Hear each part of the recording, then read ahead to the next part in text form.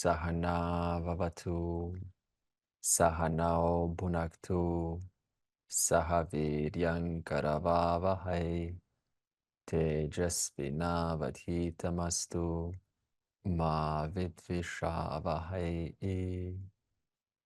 Om Shanti, Shanti, Shanti. I want us to start from the top.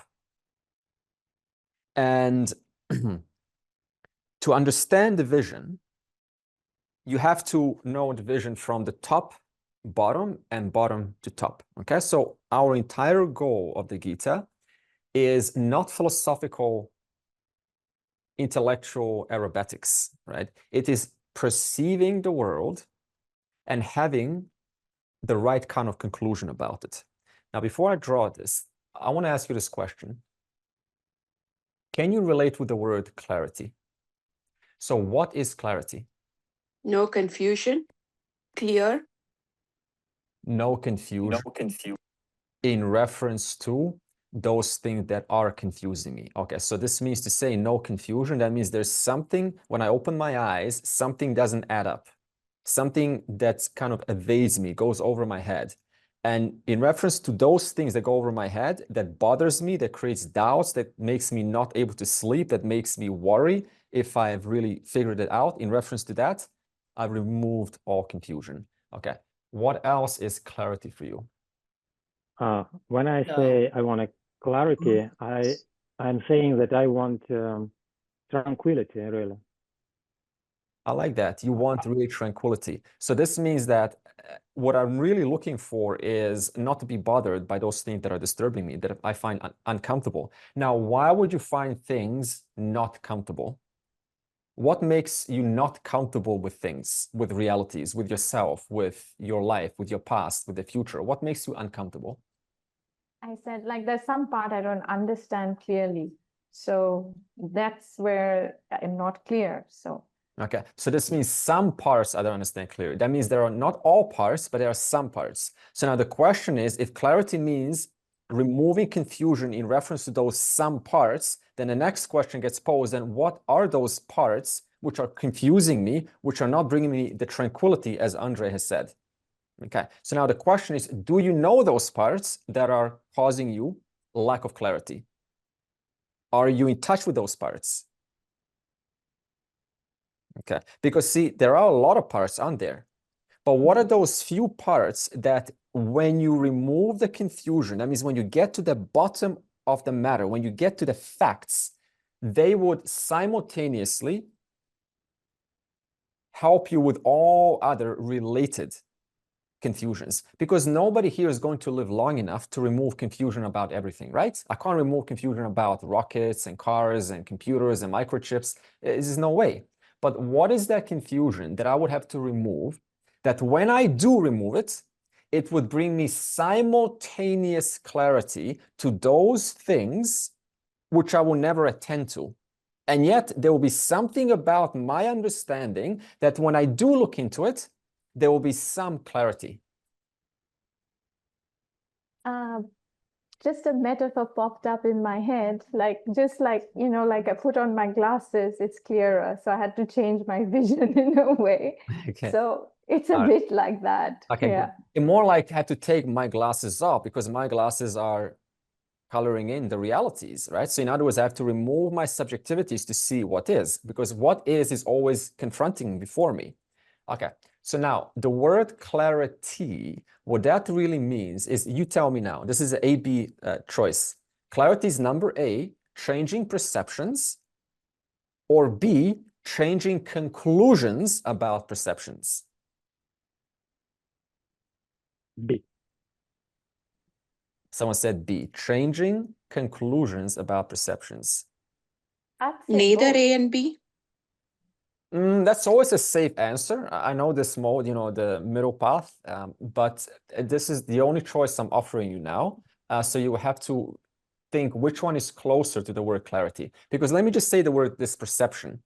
If I have clarity in reference to the fact that the sun doesn't rise and set, does the sun suddenly no longer rise and set for me? if I have clarity with the fact that the sky is not blue, does the sky suddenly not become blue anymore? In other words, what is clarity? The perception remains exactly the same towards realities, what's heard, what's seen, what's tasted, what's smelled, and so on. But the conclusion, the cognitive conclusion about that changes. Therefore, to change your conclusion about this reality from which you are not apart from, we have to look at the chart and say, what is this reality called? Brahman is of the nature of Sat and Chit. Someone answer now. How is this reality known to you right now? Because otherwise we're just speaking about something over there. How is it known in this second, while Andre is talking to you, while your mind is about to answer Andre? How is this reality known right now from your standpoint? Unmute. Existence, conscious existence. Okay, I want you to be more personal language. How is this known to you right now? I can hear you and I can see you. Okay, so this means I can hear you and I can see you, which implies the presence of you and me. Which is of the nature of Chit, because of the nature of Sat, because we said everything that exists, the board exists, the finger exists, Andre exists, sound exists, that ear, those ear hairs that are hearing this and are vibrating right now exists, the neurons that are producing the sensation of sound exists. So whatever you talk about exists. It enjoys isness. If I say flower, why do I say flower? To say flower, what am I implying silently when I say flower? Flower is. Flower exists. Otherwise, I wouldn't be saying a flower. Let me give another example. Suppose I say to you, I'm walking at dawn, or there's not enough light, and I'm tired. I've been hanging around with my friends, and so my vision is a little bit poor, and the light is dim, and I see on the ground something that, for me, looks like a cobra, right? A snake, and I am afraid. And I say, snake. Because of what am I saying snake? Because of your previous impressions, because of your past experience and memory. Good. So what I'm really saying here, I'm going to bring the rope snake example. So the example is there's an actual rope there, right? Or an actual branch. And it looks very similar to a snake because a rope has a little bit of those, scales. And what I see is I don't see entirely this rope because there's not enough light, right? So thereby, my mind approximates that it is something that I have seen before. You said impressions. Therefore, because there is not enough information, because I don't have knowledge of the rope, what do I see instead? Because there is a vidya of the rope, of the substratum, what happens next? Atyasa, superimposition.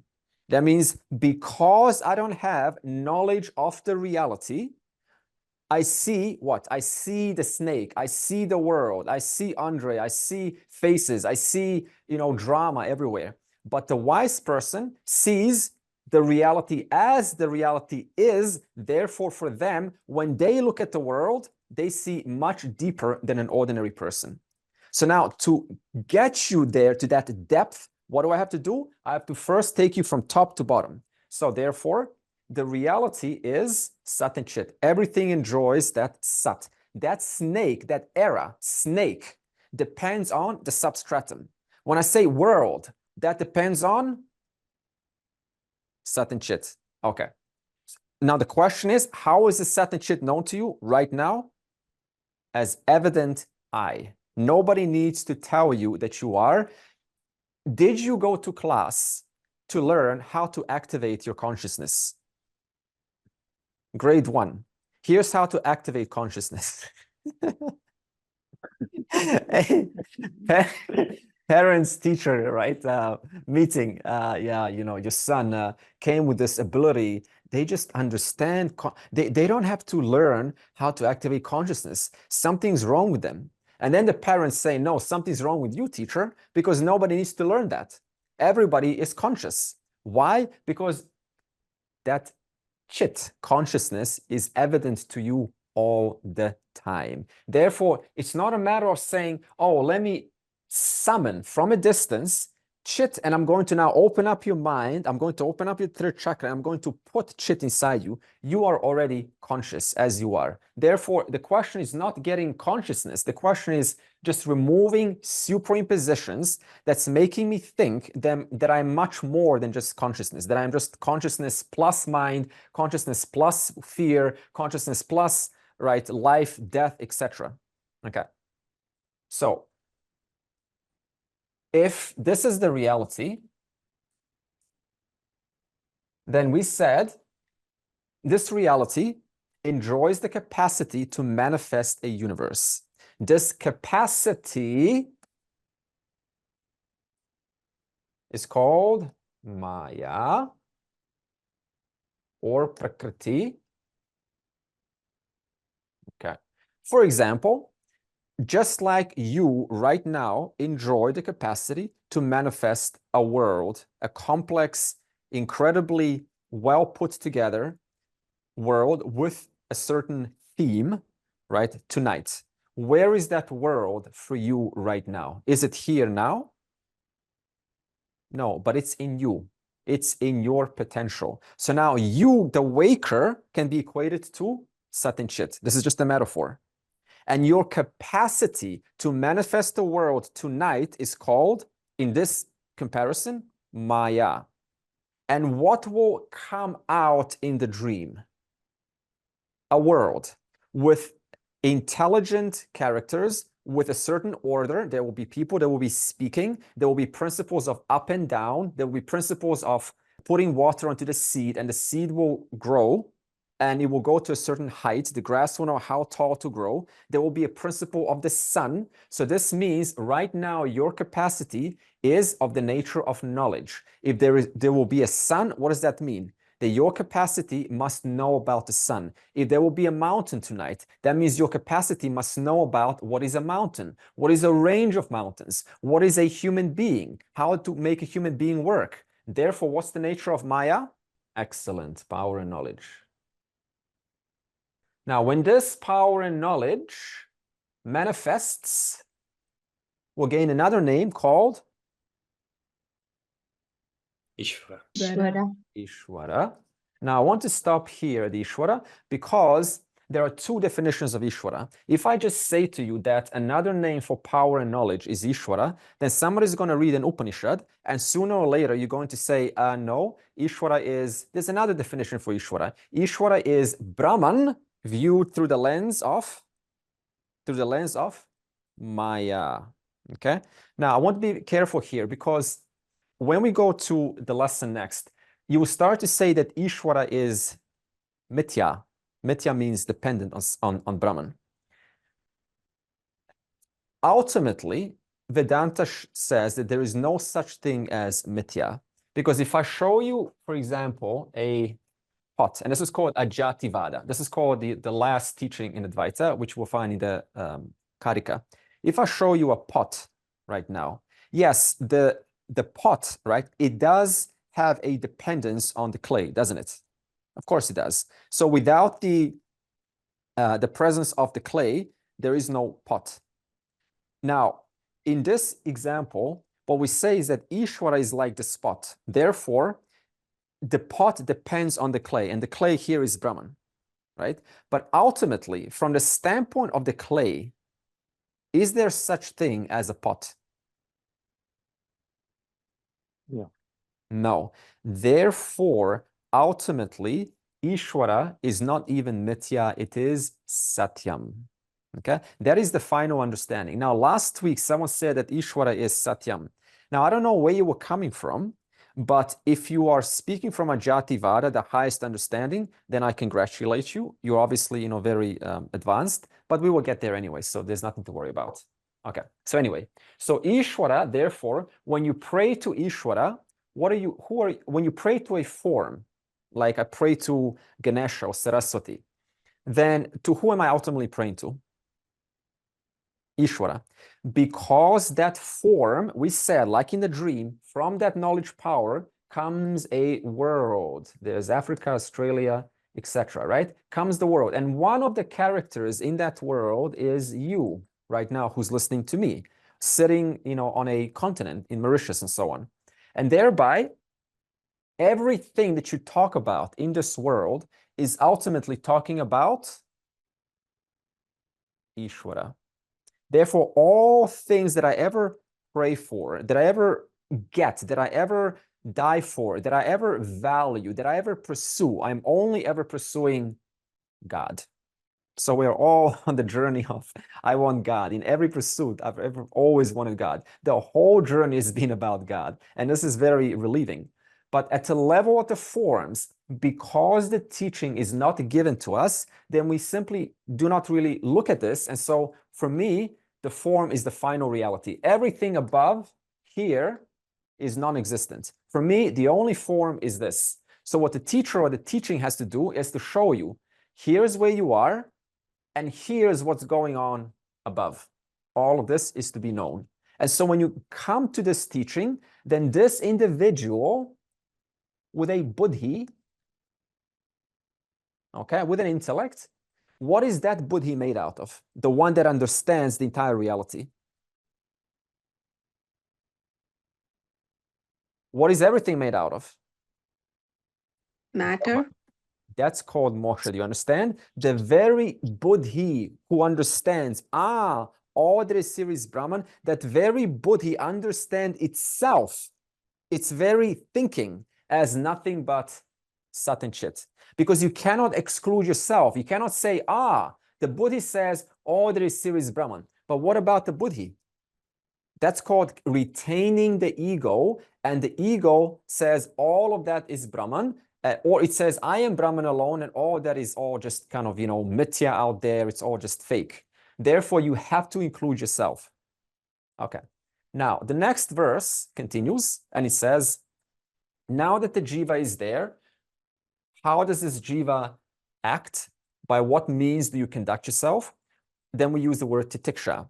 Why do we use titiksha? Because now that you're with other people, right, loud neighbors and work employees and colleagues, they're going to give you a hard time. You're going to give them a hard time. So naturally, you have to ask, so then how do I conduct myself here? And then we use titiksha with a certain amount of composure, keeping your buddhi alive, keeping your buddhi thinking what's next, rather than succumbing to even though it's, it's tempting to do so, succumbing to the ways of your past. So you have to every time look at the kind of responses that you're getting from your actions, and then use those responses to learn what kind of feedback am I getting. And each time you get a feedback based on what you have said to your partner, to your boss, based on what you have done, if you want to start a business, that feedback becomes invaluable to you. That feedback you use and say, great, this has happened. What needs to happen next, right? What do I want? What do I want to accomplish here? Now, is the result keeping with what I want to accomplish? Now, when someone gives you a hard time, then again, you can understand the entire show is happening within Ishvara's order. You may not understand why the person is behaving in a way that they are, but if there's one thing that you can understand, it is not outside Ishvara's order. Okay, so therefore, what does Ishvara help you do? How does this knowledge now help me in real life? Would someone like to contribute? You say now, so what? Great, nice diagrams on the board. So what? How does that make a difference to me? It helps us to realize our self, our true self, our true nature. Indeed. Now, I just want to say one thing about that. See, what happens in this tradition, unfortunately, is that this whole moksha, realizing one's true nature, becomes like a big cosmic orgasm to achieve, like a big fireworks display on the New Year's, right? And everything is about moksha. Now, the teacher stands there on the podium, right? When obviously you got all these students looking at you, and if you're not sensitive about the other side, then what the teacher can do is they can keep on blowing this vision up. It's all about moksha, moksha, moksha. And someone comes to the real teaching, and the teacher says, moksha is just recognizing that your very buddhi who wants moksha is already sat and chit. So there's nothing that you can want that's not already you right now. There will never be a time when you will want something that you, the thinker of that one who wants something, is not already in this moment. So when you realize that moksha is just changing your conclusions about perception, does that mean that your mother-in-law is not going to be perceived as a Kali? Huh? Does that mean that your colleagues are just going to now have rainbows on their heads, like magic jewelry, and it's all going to be bright and sunny? No. So if perception is not going to change, but your conclusions about perception, then is it then reasonable to now take moksha as a big cosmic orgasm or a big fireworks in the sky? Is it reasonable to do that? So what I want us to do in this class is just be normal, right, about this whole vision. There's no need for immaturity of imagining for this to be some big fireworks. And I'm really glad that my first teacher has taught me this, because he too lived in India for 40 years and he's been with other Indian teachers. And so he was able to have this both Western and Indian mindset, right, to see both sides. And I learned from him, this knowledge is normal. It's the most ordinary, humble understanding. Nothing about big explosions. Your life is not going to magically change, because you will still perceive the same things. You will still have the same pain. You will still have the ordinary problems. In fact, your real spiritual work comes after the knowledge takes place. You know why? Because then you realize that your mind has been functioning, what we call deha vasana. It's been functioning for decades in its old patterns. And now those old patterns, despite the clarity of what is, keep on coming, keep on coming. Now, there are other teachers who say, you got to eliminate all your vasanas. That makes it even more complex. Your vasanas cannot be completely eliminated, because you cannot eliminate that which has not yet come. You understand? I cannot eliminate potential, because potential can only be seen when it comes. Therefore, you also don't have to eliminate all your vasanas, but relatively be clear in your, in your approach towards the world. And this clarity, this relative composure is called titiksha. And therefore, knowing this titiksha is there, I have equanimity towards, verse 15 then, summary, towards pleasure and pain. And now Krishna again says, the wise person is the one to whom this pain and pleasure does not move them out of their center, does not make them lose their ground, right? They remain relatively composed. Why? Because we said that this Ishvara, in fact, you cannot say this Ishvara, but that Ishvara all around us, everything, including this hand that just did that, is in manifestation of, manifests as forms, as laws that facilitate those forms working together in the past, the present, and the future. Ishvara is not a separate entity who has a mind of its own, a preferences of its own, who is giving you a hard time. God is not giving you a hard time. God doesn't want you to succeed or fail. It's up to you. Ishvara is in the form of the world. We just put that on the board. In the form of air you breathe, in the form of the laws that govern. When you learn something, you experience a certain kind of a sensation, right? That's called psychological orders. When you ingest food, you experience the distribution of food throughout the body. That's a physiological digestion order. So it is just the form of laws manifests as forms also, and you use those forms to the best of your ability. How you use those forms, that is entirely up to you. For example, if there is a tree in the distance, and I walk up to the tree and I start to rub myself against the tree, and then I start to bleed. Now that tree is also none other than Ishvara. Can I now turn towards Ishvara in the form of a tree and I say, you punished me? Not at all. Then why am I bleeding? Why is there pain for me? Because I think that Lord is somehow different, and he, has kind of made me walk up to the tree and rub myself. No, he gave me free will. He gave me the capacity to choose to make an informed decision, and I can rub myself or I can not rub myself. Therefore, when I go against the orders that are now manifesting as this world, this jagat, and I misuse those orders, who's the loser? Thereby, you can be a winner, you can be a loser, depending on how you align yourself to the laws. So that means no one can say in this class that, this is not for me. Is that what Ishvara is forcing you to say? This is not for me, I will never get this? Who's saying that? You're saying that. That's a self-imposed limitation. Who says that I will only get this next lifetime? Is that what Ishvara is saying, or is that what you're saying? That's what you're saying. Therefore, there's a difference between what is, and there's a difference between self-imposed limitations, imputing my own stuff onto what is, and then saying the world is bad. The world doesn't like me. I am unlucky. I'm not supposed to get this. These are all your own stuff that needs to be replaced with a different form of perception, because the fact is there is no being here who wants you to succeed or fail. Not even succeed, but also not even fail. You see, this is a wrong understanding of Ishvara. Ishvara is not a being who favors you or not favors you. Ishvara gives you all of the opportunities in the world, and it's up to you to take advantage of them. In fact, everyone here has had a situation in life where it wasn't a pleasant episode. And depending on how you handled it, isn't it true that you have, depending on how you handled it, extracted some wisdom out of it, and it was a great stepping stone to become the person who you are today? Isn't that true? Yeah. Why is that the case? Because you have maturely approached the situation. You have looked at it. This is happening to me. I need to acknowledge that. In the light of what is happening, what's the next step? That means turning from a complainer into a problem solver. And this attitude alone will take you far. Because what else can you do than complain? We can only problem solve.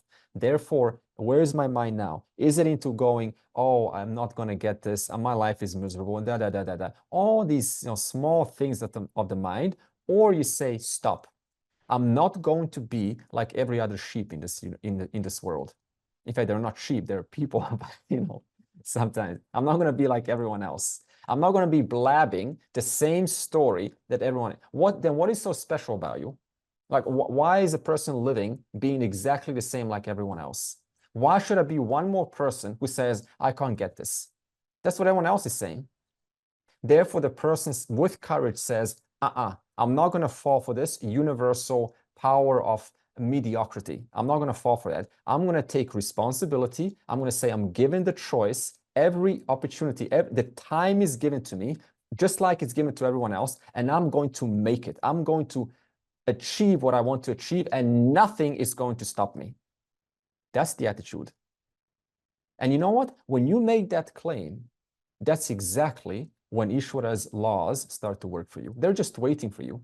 They're literally praying, hey, forget about you praying to Ishvara. Ishvara is praying like this, please, just call me. Call me to help you. Please, I'm just waiting. I'm really bored because no one's asking me things nowadays. They want, cars, this, they want, computers, they want this. But Ishvara is like, just ask me so that I can give entirety of myself to you. Okay? Therefore, what you ask is what you get. Either I can keep on asking for more artha, more karma, which is okay, and I bet everyone will continue because that's part of human nature. Or you can ask the entirety, which includes everything. Ishvara doesn't discriminate. Ishvara is not going to say, oh, how dare you ask for the whole. In fact, look at this. The least selfish thing you can ask for, you know what that is? The least selfish? Knowledge, right? Yeah, good. Give me that knowledge which doesn't like erase everything. Exactly. Because then Ishvara is like, oh, you asked for other than knowledge. That means you're going to be now reborn. You're going to create an entire mountain of poop next life. right? And then you times that by multiple lifetimes, so you're contaminating more things. So the best thing you can give is really just, the understanding that is the least selfish thing that you can ask for. And you know what? That's that which is closest to you. In fact, it's much harder to gain right now to ask, see, there's a shop about 1 kilometer away from this house. It's very hard right now to say, I want to drive over there, because it takes time. I need to get up, go in the car and drive. But then how much effort does it take to say, I'm just going to be as I am. I'm just going to acknowledge my nature as all-pervading consciousness, which is the truth of everything. And that consciousness is available to me right now. How much effort does it take for that? In fact, that's the only thing that is the easiest of all, because everything else requires a lot of effort, if you think about it.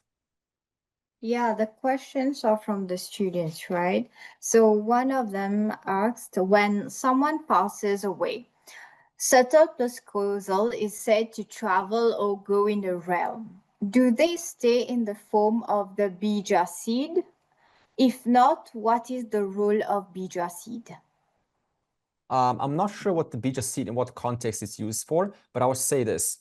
The subtle and the causal continues exactly as it is right now. So the moment the physical body passes away, it's not like physical, like sleep. It's not total darkness. It's actually like a dream.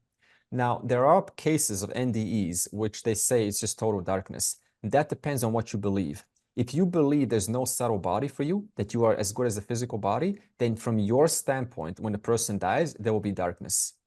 If the person has some faith in the fact that there is something that survives after death, then their experience will be very different than for the one that, there's nothing after, like Chavarka or atheists, who there's nothing after physical death. So the idea is the subtle body simply reprograms itself according to the new causes, right, for the next life, and that reprogramming takes on a corresponding body. And I also asked this student, actually, for what purpose is this question being asked? And I want to put a little comment here, and this is not going to be easy to hear first, but I want to say it very clearly. Vedanta does not care about theories of creation, how things came, what things, how things work, what happens after death, which loka you go to.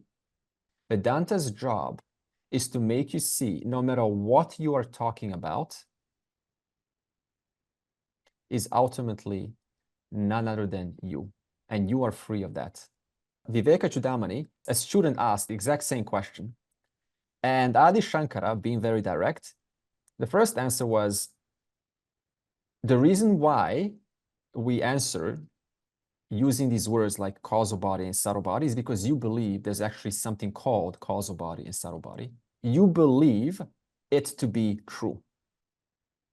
And so the teacher pretends and talks your language. Yeah, absolutely. There's a causal body. There's something called death. Absolutely. There's a bija seed. There's a subtle body. Oh, this is totally real. Now let me tell you about it. But to a different answer, and the end of the Viveka-Chudamani, what do we say? We said,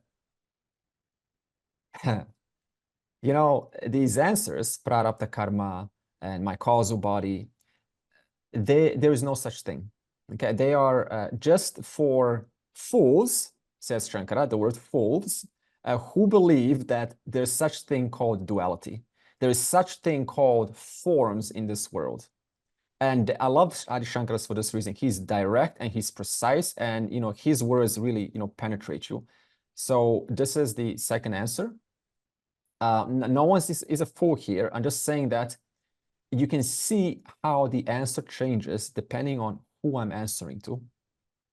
Yeah. So ultimately, what I want the student to understand is all of these words that you're posing to me, no matter what it is, all Indian cultural symbols, Western symbols, all philosophies, everything will ultimately be collapsed into the final reality.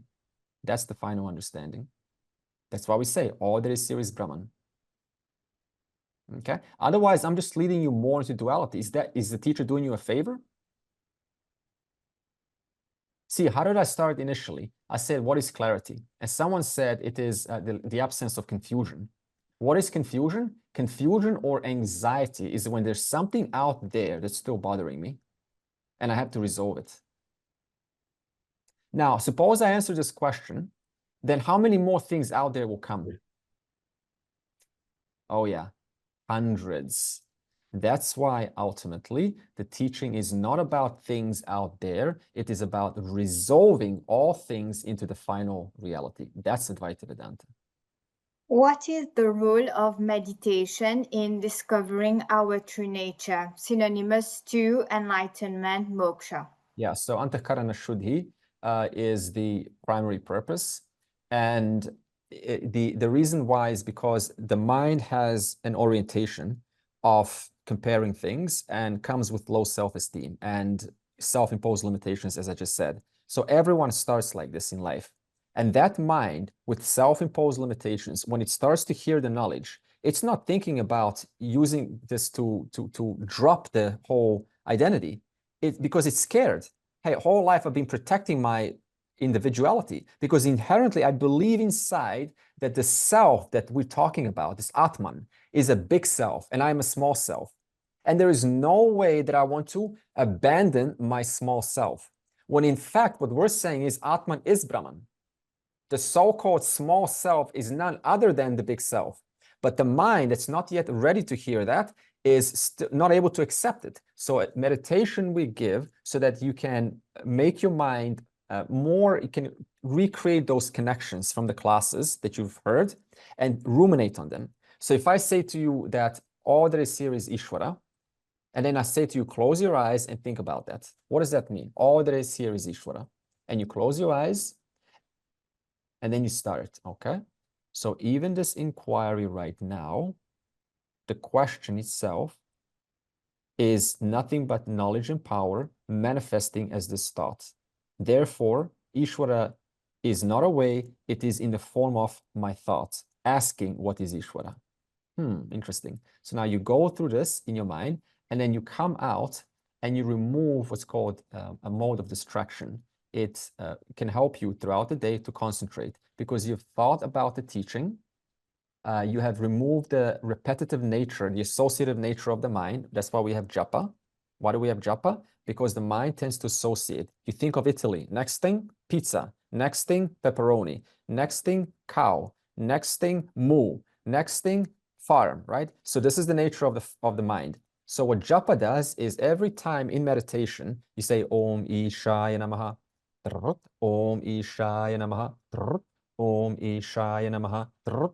So every time you do that for 10 minutes and you open your eyes, your mind stays in a certain form of composure throughout the day. And that's a good mind compatible for the knowledge. Therefore, going back to the question, the sole purpose of meditation is to create a more sattvic, focused, concentrated mind, to stay with the teaching and thereby to hold it together. Without meditation, the mind can fly away. You give it a teaching and it all makes sense in the class. What happens after class? The teaching goes away. It doesn't stick. Therefore, meditation is like super glue for your mind. Makes things stick. Surya and the three states, dream, waking, and sleep. How can it not be a fourth state? Because can you please explain? Yeah, because Turiya number 4 means literally number 4. So number 4 is in reference to 3. So if you had 5 states, then what would awareness be called? The 6th. If you had 6 states, what would awareness be called? The 7th. So therefore, another example that we're going to do in Mandukya Upanishad is if you have 3 movies, for example, on the screen, then you have a movie of, suppose, the waking movie, right? A lot of stability in that movie. And that movie gets replaced by, a very strange movie, like hieroglyphics and all forms of weirdness, like a dream. And that movie also goes away and gets replaced by a blank screen, just nothing. So now those three movies. Now, when you say the fourth, the screen is the fourth, what you're saying is the screen is that because of which the three take place, because of which the three are seen. So for that reason, it's called the fourth. Only because in reference to the three states, the waking, the deep sleep, and the dream, there is the witness of those three, and that witness is as though fourth. Hello, Andre. I am Divya. Hello. The question may be a little bit stupid, but I don't know, I'm a bit confused about the waker, the dreamer, the deep sleeper, and the witnessing consciousness. So when I'm saying I'm the witnessing consciousness, the waker and the dreamer and the deep sleeper are all different from the witnessing consciousness, or are they like, I don't understand. Are they different, or are they the consciousness? I'm a little bit confused. Sure. Number one, all the things that are happening in the waking state, they are consciousness, but consciousness is free of those things. All the things that are in the dream are none other than consciousness, but consciousness is free of those things. And the potential, which we call the deep sleep, is also none other than consciousness, but consciousness is free of that too. Now, the witnessing presence is, think of it like a bead. You have three balls like this, and there's like a bead that goes through the three balls in the center. Now, you look at this bead from the top, okay? And there you can see Andre now in this class, and your room right now. And the entire universe is happening in this ball called the waking state. Like, wow, so many insects and animals and humans and so on. And the entire Virat, the entire universe, the waking universe is in that ball. Now there's another ball strung right next to it, and that's the dream ball. And then you see all the total thoughts of everyone, the total knowledge of all things called Hiranyagarbha. And the knowledge about laws, about how things grow and how seasons and planets and formation of planets. Everyone's thoughts are in this ball, and your thoughts right now is just one tiny fraction of the total collective thoughts, total collective knowledge. Now there's another ball, and this ball is black. You look at it from the top down, it's completely black, because what is there to see? It's in potential. And so you go, okay, just not very interesting. But through all those three balls, there is a thread. And that thread is like an optical fiber. You know optical fiber, they shines outwards. Now, when the optical fiber shines in the center, it just illumines the entire ball. And you're like, wow, there's class, interesting. Let's turn the ball, squeak, and then you see the total thoughts, shines all thoughts. It illumines all thoughts. And then squeak again, the last ball, and then you go, oh, okay, there's absence of things, absence of objects. So therefore, who are you? What is that turiya, the witness in your language? It is like that thread that shines. Whatever state, you can attach a fourth ball if you want. You know what the fourth ball is called? That's called intoxication. That's called taking some substances. Then the person is in an entirely different world. That's called after death. That's called seeing heaven. That's another state. So no matter how many states you attach in that necklace, always one thread pervades it, and that thread is you, the one in presence of whom things in the state are seen, heard, known for what they are. So can I say, I am not the waker, I am not the dreamer, I am not the deep sleeper? See, more important than that is, why are you not the waker? Can you explain that? Otherwise, we're just saying scriptural statements. I'm not this, not this. I want to know why. I want to see the thought process. I am the waker, so I am experiencing things in reality. And when I'm the dreamer, I am experiencing the thoughts, and when I'm seeing everything. When I'm the deep sleeper, I'm experiencing the bliss. Okay, so where does it all disappear? So are there three different states? What I've understood from what you have said, the bead and the optic fiber. So I am the optic fiber, right? I am not the waker bead. I am not the dreamer bead. I am not the deep sleeper bead. Is it that? Stop. Okay, I love your example and you've got the essence. Let me ask this. Can any one example communicate the entire reality? Not one example in Vedanta can communicate the whole reality. That's why every example is limited. The example for the bead and the thread, what was the purpose of that example? Show me the states. That you are the thread, you are because of which the experiences are lit up, known. You are the thread. Now, can that example reconcile the presence of the balls? Can it dissolve those balls into that thread?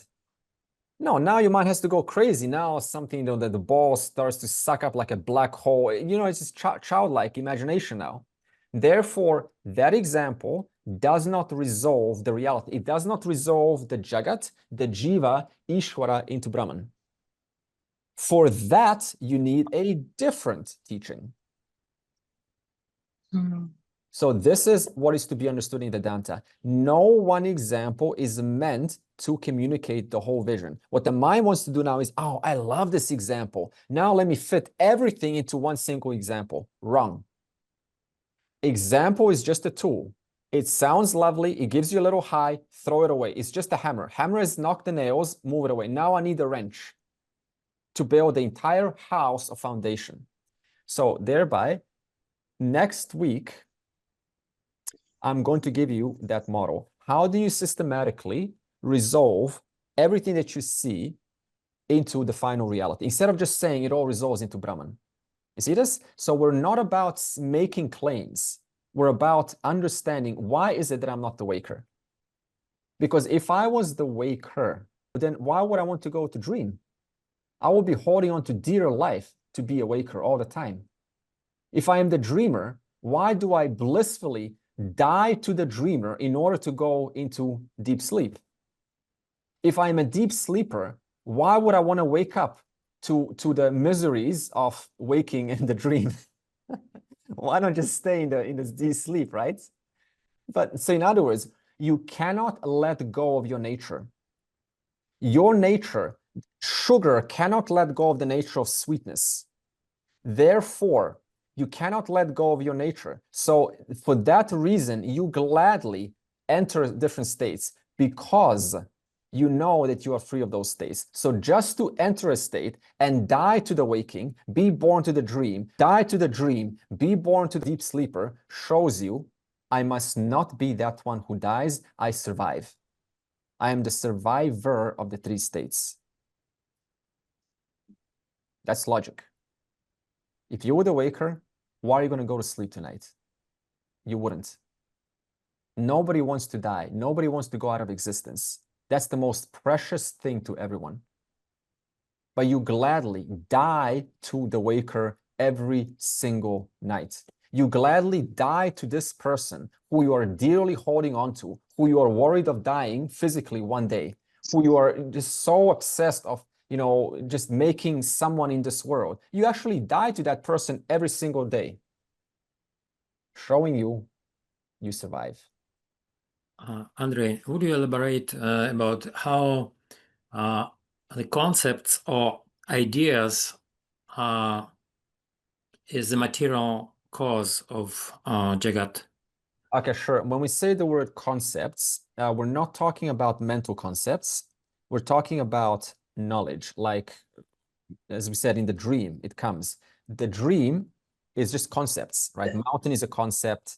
Person is a concept. And bed is a concept.